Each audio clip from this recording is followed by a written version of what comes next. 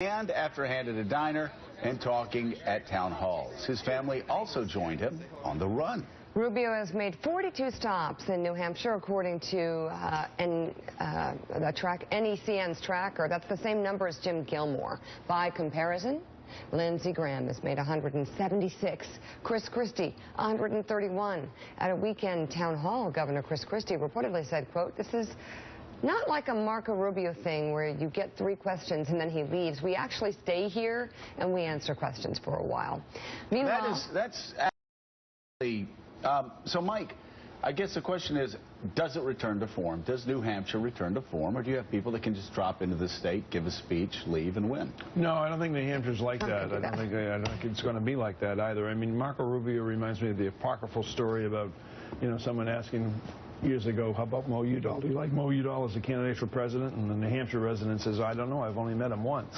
And there is that in the body politic up there in New Hampshire. They expect to see these candidates. They expect to be able to talk with them. So I don't think New Hampshire's changed at all, and I think it's going to, I think Rubio missed an opportunity up there. Yeah. His campaign has said out loud, they say, listen, we get more pop from sitting in a studio and doing a Fox News interview with, name your host, Bill O'Reilly, Megyn Kelly, whoever it is, than we do from being on the ground and all these things. That may be wrong, and it may doom them eventually, but they believe that they can go more broad with their media. The contrast that they have with Chris Christie, right? If you're a New Hampshire voter and you see Chris Christie in the state constantly, all the time, fighting so hard, spending every last second at every town hall, and he has really, I mean, to his credit, he has turned himself, upside down from having a low approval to a high one, which is the hardest thing you do in politics. Yeah. And the contrast with Marco Rubio, if you're the voter, so why would I vote for the Rubio guy who's never here if I have Chris Christie here saying, I'm here all the time? He's our guest just ahead. But it leads to the question, at least in my mind, is what is the strategy here? Is he looking toward the middle of March when you got a bunch of states going off and in 2 weeks, March 8th? Waiting for people to leave? Here's the problem. You have to pick a state. And Chris Christie did that. He picked New Hampshire. Other people have picked New Hampshire as well, but candidates need to pick a state because you can be everything to everybody or nobody to nobody. And maybe lightning strikes, maybe things go wonderfully for Marco, but if they do, this is the first time that you don't. We talked about this yesterday. I didn't even put up a poll of registered Republicans because it doesn't matter.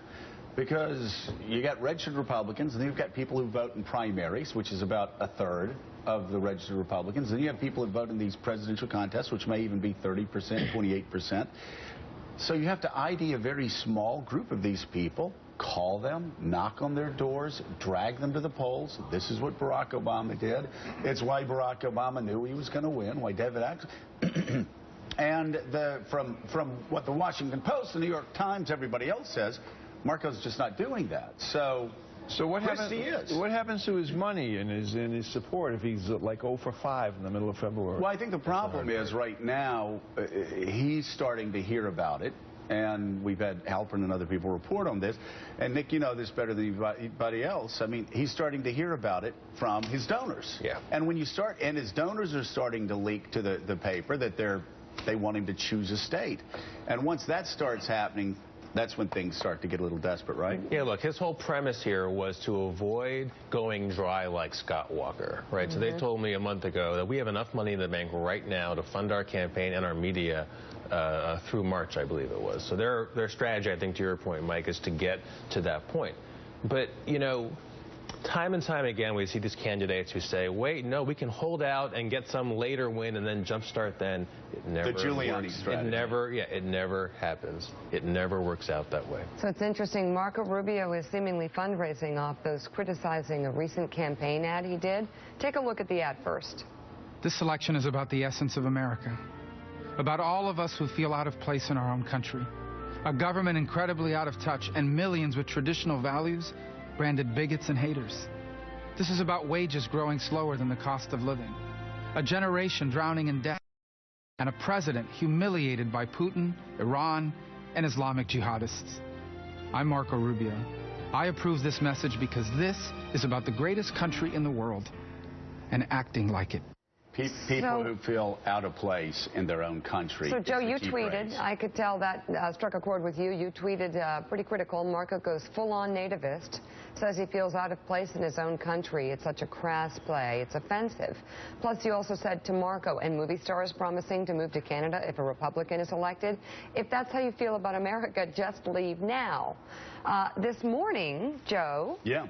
Here's a recent Rubio fundraising email. Oh, good. And I just think you might recognize someone's name in it. I didn't get His one. campaign claims his message is catching on, and that Democrats, the media, and the political establishment on both sides know it, and they're absolutely terrified. You can actually see it in the poll we showed this morning. And here's he's down, this part. He's down 5 percentage points. Here's this part.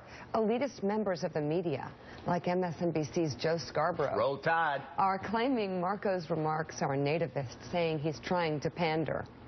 So, you know, it's... I don't think you were just saying it. I think you were here's what's so funny. We said earlier this week that they were the most thin-skinned group of people I've ever seen in politics, which is just dead. The Rubio campaign, you're saying. The Rubio campaign. And so here I am. I'm at home watching Ninjago with my 7-year-old boy. And somebody sends me this and sends me a link to a pollster saying the top thing that somebody who's trying to appeal to nativist voters says is, I don't feel like I belong even in my own country. Now, here's a guy that flies around in private jets every day, and he has for years.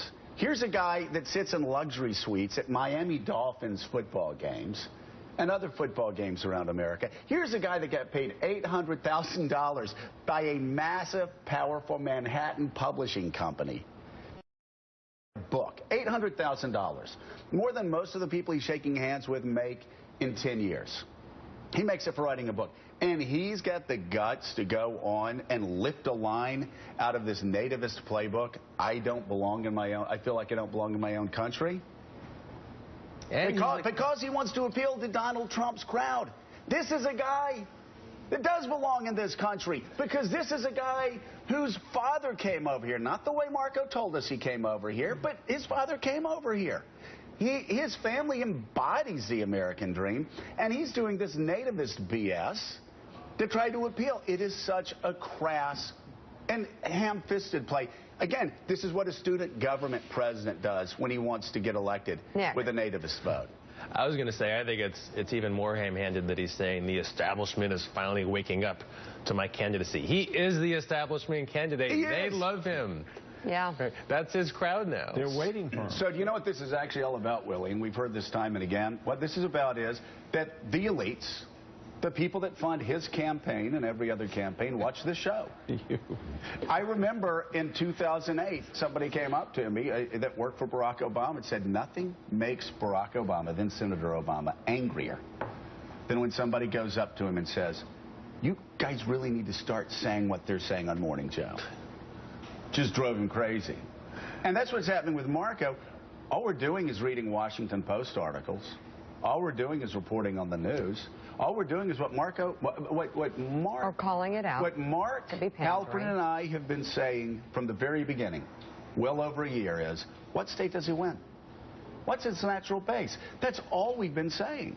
I don't know the answer to that question. Well, we still a year later don't, but now everybody else is starting to say. But the clue there is that South Carolina is what they're looking at, right? The clue, if he's going for the Trump rhetoric, he's strongest in South Carolina. Yeah, I've heard a lot of descriptions applied to your name. I've never heard you called an elitist, though. No.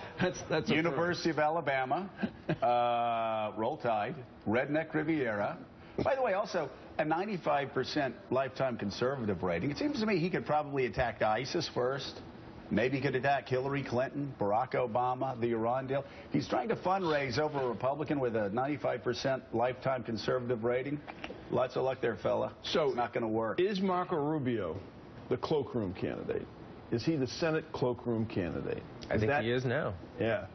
With Graham out, with Bush faltering, candidate. I think he's that guy. He's the person who gets that. What he's saying now, the nativist message, is no different than what Donald Trump's saying. The difference is Donald Trump